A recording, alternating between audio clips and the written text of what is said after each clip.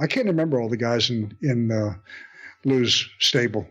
You probably know him better than I do. Well, you mentioned Fuji, and of course, Mr. Fuji passed away last year. And whenever anyone talks about him, they always talk about the ribs he would pull on people. Did you witness anything? Anything crazy? Oh, it was all crazy. I mean, all crazy. The first one that Fuji got me on, the very first one, I had just brought up my girlfriend, who's now my wife. Girls, don't let that deter you. I mean, hey. hey now. Hey, wait a minute. Show me that financial statement first. First time love, second time money. Okay, boom. Anyway, I just brought my girlfriend up from Tampa, country girl, 18 years old, and we're in at the Boston Garden, and we're staying at the old Madison Hotel. So anyway, the matches are over. We'd been out to eat, and we're down to Chinatown, favorite Chinese joint down there, and came back to the hotel. And I don't know, it was probably midnight-ish, could have been 1 o'clock in the morning. And so we're in bed sleeping.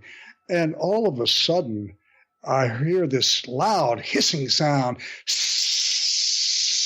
and I could feel like something weird raining down on us. And my girlfriend, she jumped up out of bed. I mean, it's obviously really startled her, but the timing, the way she jumped out of bed, I immediately cut my hand over her mouth so she couldn't scream. Otherwise, she would have screamed. And I waited. Finally, the hissing stopped. And what Fuji had done, he had gotten a fire hydrant exterminator off the wall in the hallway, shook it up really good, turned it upside down, and stuck the hose underneath the door, and I guess somehow or another detonated it, however he did it. So that thing's underneath the door, and it's just going back and forth. It's releasing. So I said to her after it all stopped, I said, whatever you do, don't ever mention one word about this. I'm not going to give him the credit. I'm not going to do it. It's going to eat him up. It's going to eat him. Yeah. Classic no-sell. Yeah, it's going to eat him alive. He's going to be waiting for it, and I never did. But I did get him back in a kind of a subtle way.